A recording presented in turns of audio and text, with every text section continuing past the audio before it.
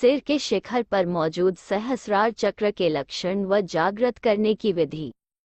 इसे लेकर कई कहानियां हैं, मगर एक प्रभावशाली उदाहरण होगा तोतापुरी जी और रामकृष्ण परमहंस जी का।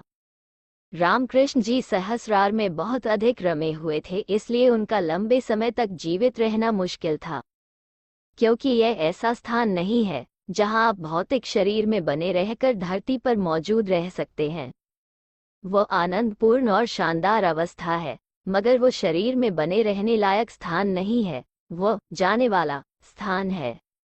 आप बीच बीच में उसे छूकर वापस आ सकते हैं। जब कोई व्यक्ति वहां लंबे समय तक रहता है तो उसका शरीर साथ छोड़ देता है। तोतापुरी जी ने शीशे का एक टुकड़ा लेकर रामकृष्ण जी के आज्ञा चक्र पर वार कर दिया, ताकि सिर्फ परमानंद में तैरते रामकृष्ण जी को स्पष्टता और बोध तक नीचे लाया जाए। क्या परमानंद में तैरना अच्छी बात नहीं है? ये बहुत बढ़िया है, मगर उस स्थिति में आप न तो काम कर सकते हैं और न ही कुछ प्रकट कर सकते हैं। ये स्थिति नशे जैसी होती है। यह अवस्था बहुत बढ़िया और अस्तित्व संबंधी रूप में शानदार होती है, मगर आप उन अवस्थाओं में काम नहीं कर सकते। चाहे आप काम कर भी लें तो आप बहुत प्रभावशाली नहीं होंगे। ये भौतिक और अभौतिक के बीच एक धुंधली दुनिया है। सहस्रार चक्र सिर के शिखर पर स्थित है। इसे 1000 पंखुड़ियों वाले कमल, ब्रह्मरंध्र अर्थात ईश्वर का द्वार या लक्ष्य किरणों का केंद्र भी कहा जाता है, क्योंकि यह सूर्य की भांति प्रकाश का विकिरण करता है। अन्य कोई प्रकाश सूर्य की चमक के निकट नहीं पहुंच सकता। इसी प्रकार अन्य सभी चक्रों की ऊर्जा और विकिरण सहस्रार चक्र के विकिरण में धूमिल हो जाते हैं। सहस्रार चक्र में एक महत्वपूर्ण शक्ति मेधा शक्ति है।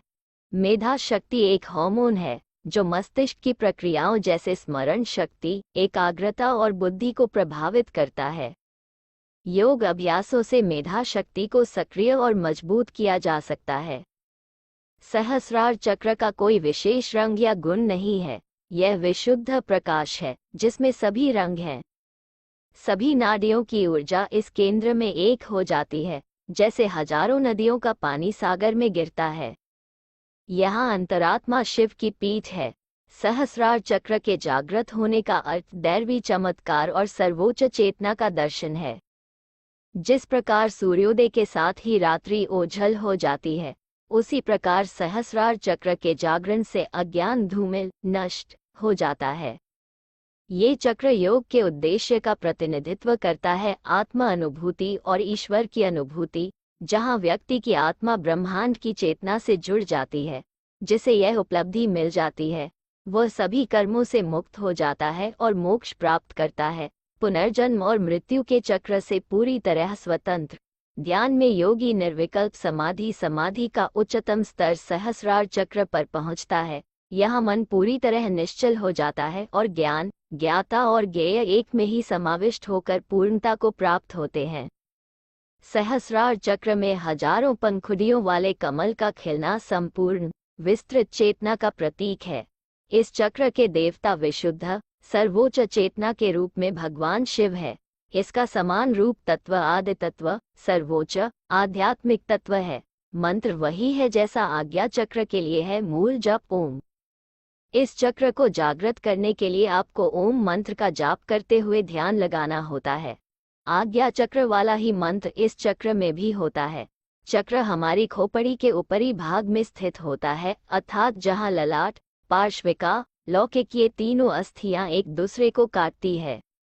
मूलाधार से होते हुए ही सहस्रार तक पहुंचा जा सकता है और लगातार ध्यान करते रहने से यह चक्र जागृत हो जाता है और व्यक्ति परमहंस के पद को प्राप्त कर लेता है। सहस्रार चक्र भक्ति, प्रेरणा, भविष्य सूचक विचार और रहस्यमय संबंधों से अच्छी तरह जुड़ा हुआ है। ये हमारी आत्मा को उच्च लोकों से जुड़ने, हमारे विचारों को सार्वभौमिक चेतना से जोड़ने, उच्च मार्गदर्शन प्रदान करने और आध्यात्मिक अंतर्दृष्टि को बढ़ावा देने के लिए एक प्रवेश द्वार के रूप में कार्य करता है। एक संतुलित और खुला क्राउन चक्र हमारे भौतिक शरीर की सीमाओं से परे हमारी जागरूकता और समझ के विस्तार को पार करता है। यह एक व्यक्ति को केवल स्वयं से अधिक और हमारे आसपास की दुनिया के बारे में सोचने, आध्यात्मिक अवधारणाओं का पता लगाने, आत्मबोध प्राप्त करने और ब्रह्मांड में सभी चीजों के अंतर संबंध की गहन समझ रखने के लिए प्रोत्साहित करता है।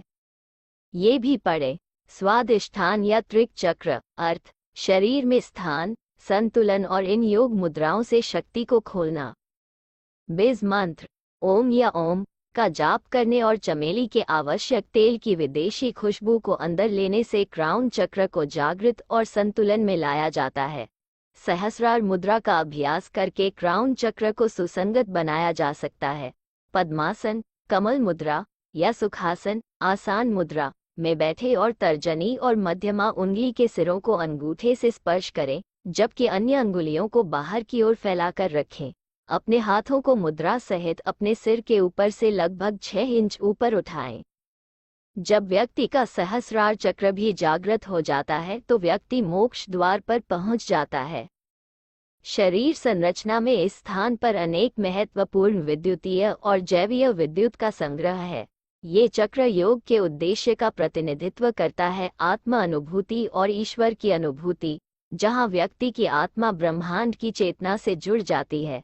व्यक्ति अपने सभी कर्मों से मुक्त हो जाता है और मोक्ष प्राप्त कर लेता है। ध्यान में योगी समाधि का उच्चतम स्तर अर्थात सहस्रार चक्र पर पहुंचता है। यहाँ मन पूरी तरह निश्चल हो जाता है। यही सहस्रार चक्र के जागृत होने पर प्रभाव होता है।